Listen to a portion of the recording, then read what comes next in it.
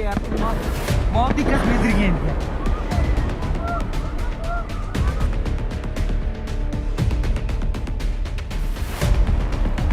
দেশের প্রধানমন্ত্রী বলছেন সন্ত্রাসবাদীদেরকে খুঁজে এনে তাদেরকে মারা হবে, তারা কোথাও লুকিয়ে জায়গা পাবেন না, তাদেরকে ধরে এনে তাদের ধ্বংস করা হবে।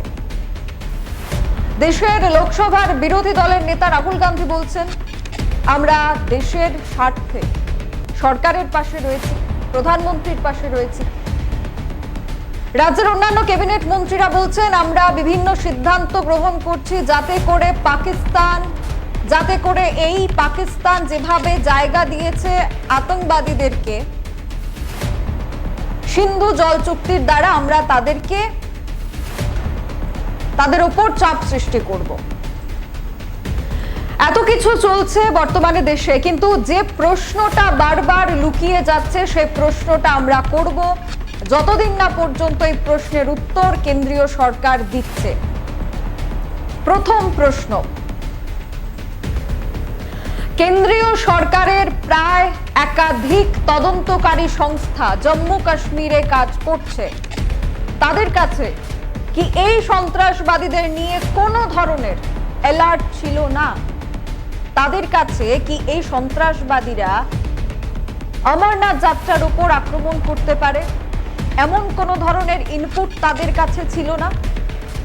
এর উত্তর আমার কাছে রয়েছে।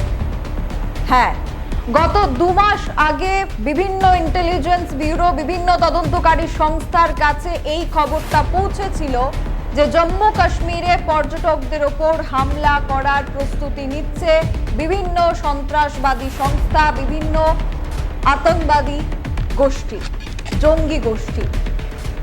অমরনাথ যাত্রার ওপরেও তার প্রভাব পড়তে পারে এমন খবরটাও কিন্তু ছিল, এবং সেটা আজ থেকে 2 মাস আগের ঘটনা। ঠিক এই বছরের 2025-এর মার্চ মাসে এই বিষয় নিয়ে একটা মিটিং হয়েছে, তদন্তকারী কমিটি সংস্থাগুলি মিটিং করেছে যে কিভাবে সন্ত্রাসবাদীদেরকে দমন করা যায়। তাহলে এবার প্রশ্ন হচ্ছে, আজ থেকে 2 মাস আগে যদি বিভিন্ন তদন্তকারী সংস্থার কাছে এই রিপোর্ট এসে পৌঁছে থাকে যে কোনো আক্রমণ হতে পারে এবং কাশ্মীরের স্থানীয়দের ওপর আক্রমণ হতে পারে, পর্যটকদের ওপর আক্রমণ হতে পারে, অমরনাথ যাত্রার উপর আক্রমণ হতে পারে, তাহলে কি করছিল তদন্তকারী সংস্থা, কি করছিল কেন্দ্রীয় সরকার, কি করছিল বিভিন্ন আর্ম ফোর্স? দ্বিতীয় প্রশ্ন, এবং সেই দ্বিতীয় প্রশ্নটা সরাসরি কেন্দ্রীয় সরকারের কাছে। বিগত প্রায় 10 বছরে তথ্য অনুযায়ী আমরা আপনাদের সামনে যেটা তুলে ধরেছিলাম এর আগেও, যে প্রায় 30-এর বেশি সন্ত্রাসবাদী হামলা, জঙ্গি হামলা সংঘটিত হয়েছে, আর তাতে করে বহু মানুষ শহীদ হয়েছেন। তার মধ্যে পুলওয়ামা অ্যাটাক, উরি অ্যাটাক, এগুলি সবার প্রথমে রয়েছে। তাহলে এই 10 বছরের এই 30-এরও বেশি জঙ্গি হামলার পর কেন্দ্রীয় সরকার কি শিক্ষা গ্রহণ করলো?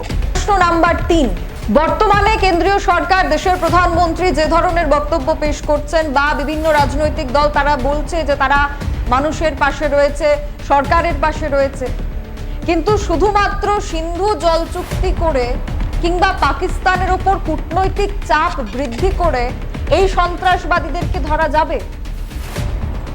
প্রশ্ন নাম্বার 4, যে সময়টাতে পেহেলগামে পর্যটকদের সংখ্যা প্রচুর ছিল এবং যে জায়গাতে এই সন্ত্রাসবাদী হামলা সংঘটিত হয়েছে, এই জায়গার যদি আমরা বিশ্লেষণ করি তাহলে এখানে পৌঁছতে হলে একটা সুস্থ স্বাভাবিক মানুষের প্রায় 1 ঘন্টা সময় প্রয়োজন। প্রথমে তাকে সেখানে ট্রেকিং করতে হবে, পায়ে হেঁটে প্রায় 5 কিলোমিটার পথ যেতে হবে। যারা পায়ে হেঁটে সেখানে পৌঁছতে পারেন না তাদের জন্য ঘোড়ার ব্যবস্থা করা রয়েছে, সেই ঘোড়া দিয়ে তাদেরকে পাহাড়ের ওপরে উঠতে হবে, অর্থাৎ পেহেলগামের যে স্পট যেখানে এই সন্ত্রাসবাদী হামলা হয়েছে সেখানে পৌঁছতে হবে। এবং এই এলাকাটাকে কেন সন্ত্রাসবাদীরা বেছে নিয়েছিল সেটাও আপনাদেরকে বুঝতে হবে। তার কারণ পুরো জম্মু কাশ্মীরের বিভিন্ন পর্যটন কেন্দ্রগুলির মধ্যে পেহেলগামের এই জায়গাটাই ছিল সবচেয়ে দুর্গম জায়গা, এবং এই দুর্গম জায়গায় আক্রমণ করতে হলে সন্ত্রাসবাদীদেরকেও সেভাবেই পরিকল্পনা করতে হবে। এমনটা তো হয়নি যে হেলিকপ্টারে করে সন্ত্রাসবাদীরা সেখানে ল্যান্ড করেছে, তারপর বোমা বিস্ফোরণ করেছে কিংবা গুলি করে তারা এখান থেকে পালিয়ে গেছে, এমনটা কিন্তু হয়নি। বিশেষ করে আমরা যদি জঙ্গিদের চরিত্র দেখি তাহলে এমনটাই হয়ে আসছে। হয়তো সেখানে বোম ব্লাস্ট করানো হয়েছে বা বিভিন্ন জঙ্গি সংগঠনগুলি এসে আক্রমণ করেছে, তারপর সেখান থেকে পালিয়ে গেছে। সেটা কিছু মিনিট, কিছু সময়ের ঘটনা। কিন্তু এই পেহেলগামের দুর্গম জায়গায় কি ঘটেছে? প্রায় 1 ঘন্টার রাস্তা অতিক্রম করে সমতল জায়গা থেকে সেই পাহাড়ে জঙ্গিরা এসেছে, হয়তো পায়ে হেঁটে, নয়তো ঘোড়ায় চড়ে। তারা এই স্পট পর্যন্ত এসে পৌঁছেছে।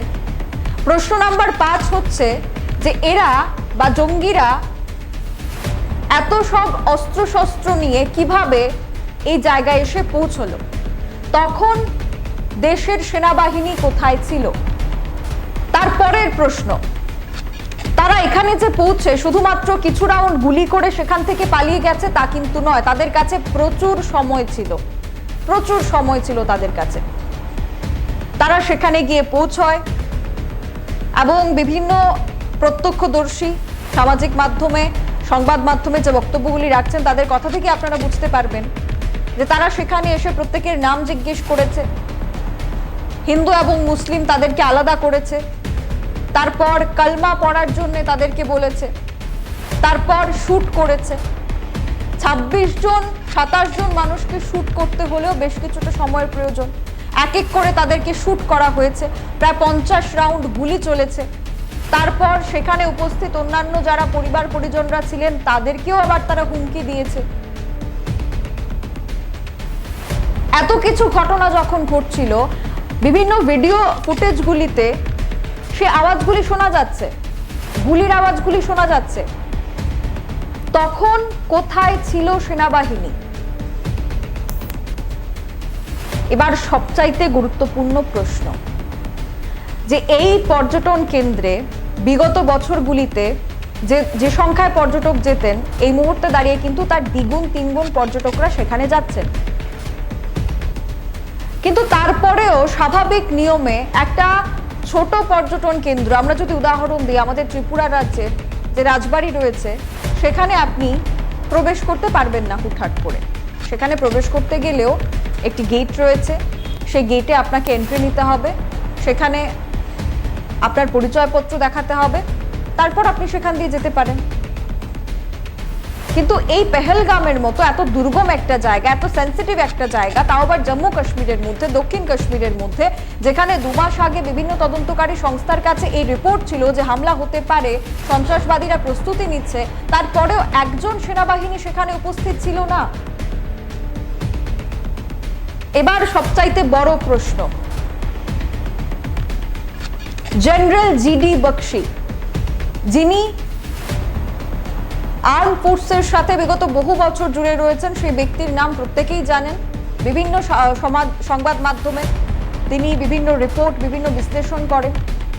ওনার বক্তব্যের একটা কোট, যেখানে রীতিমতো কেন্দ্রীয় সরকার যেভাবে বিভিন্ন এই ধরনের আধা সামরিক বাহিনী কিংবা সামরিক বাহিনী নিয়োগের ক্ষেত্রে এতটা তালবাহানা করেছে, তার ফলস্বরূপ হয়তো গত 22 এপ্রিলের ঘটনা দেখতে হয়েছে।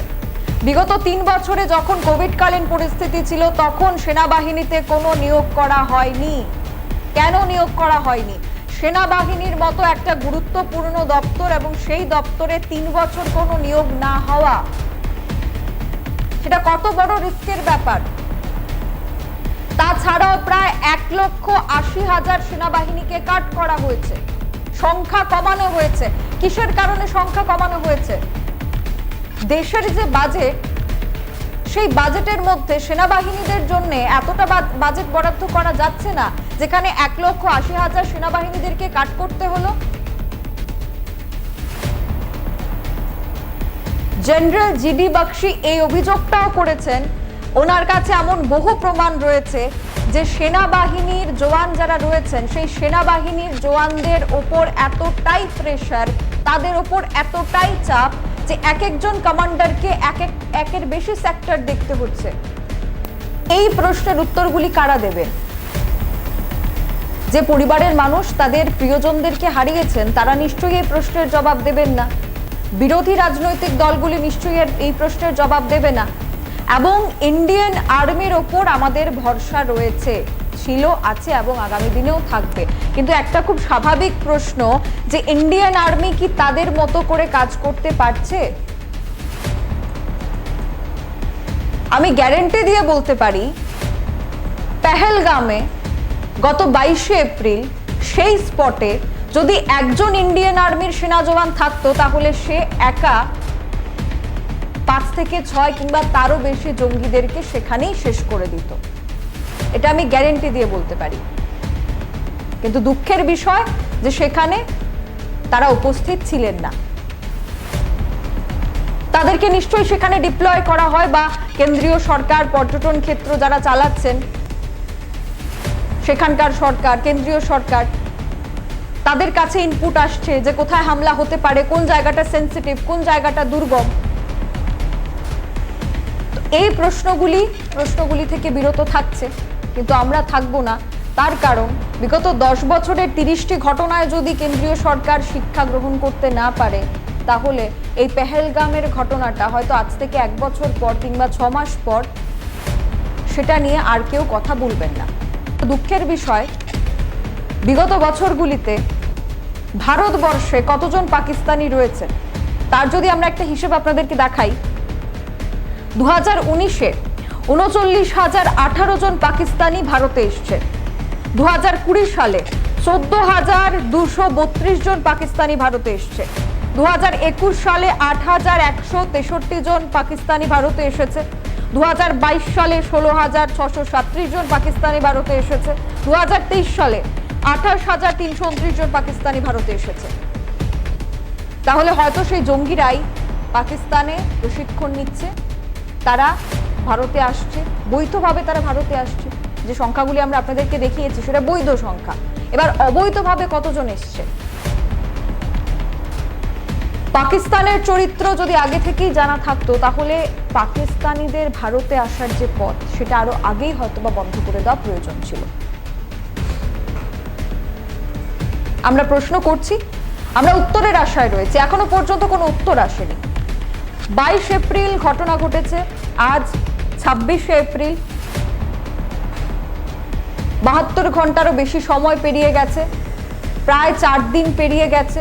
এখনো পর্যন্ত কেন্দ্রীয় সরকার, দেশের প্রধানমন্ত্রী, দেশের স্বরাষ্ট্রমন্ত্রী, দেশের রক্ষামন্ত্রী, তাদের কাছ থেকে এখনো কোনো প্রেস কনফারেন্স আমরা দেখতে পাইনি। সংবাদ মাধ্যমের যে চরিত্র, তারা প্রশ্ন করবে জনপ্রতিনিধি হিসাবে, কাদের জনপ্রতিনিধি হিসাবে? মানুষের জনপ্রতিনিধি হিসাবে তারা প্রশ্ন করবে, এবং সেই প্রশ্নটা কোথায় করা হবে? সাংবাদিক সম্মেলনে। কিন্তু দুঃখের বিষয় দেশের প্রধানমন্ত্রী, দেশের স্বরাষ্ট্রমন্ত্রী, দেশের রক্ষামন্ত্রী কিংবা কেন্দ্রীয় সরকারের পক্ষ থেকে এখনো পর্যন্ত এই নিয়ে কোনো সাংবাদিক সম্মেলন করা হয়নি, এবং মানুষের হাজার হাজার প্রশ্নের উত্তর এখনো কিন্তু বাকি। এখনকার মতো স্পেশাল রিপোর্ট নিয়ে বিদায় নিচ্ছি। আমাদের পরবর্তী গুরুত্বপূর্ণ খবরাখবরের জন্য অবশ্যই চোখ রাখবেন সোশ্যাল বাংলায়। নমস্কার।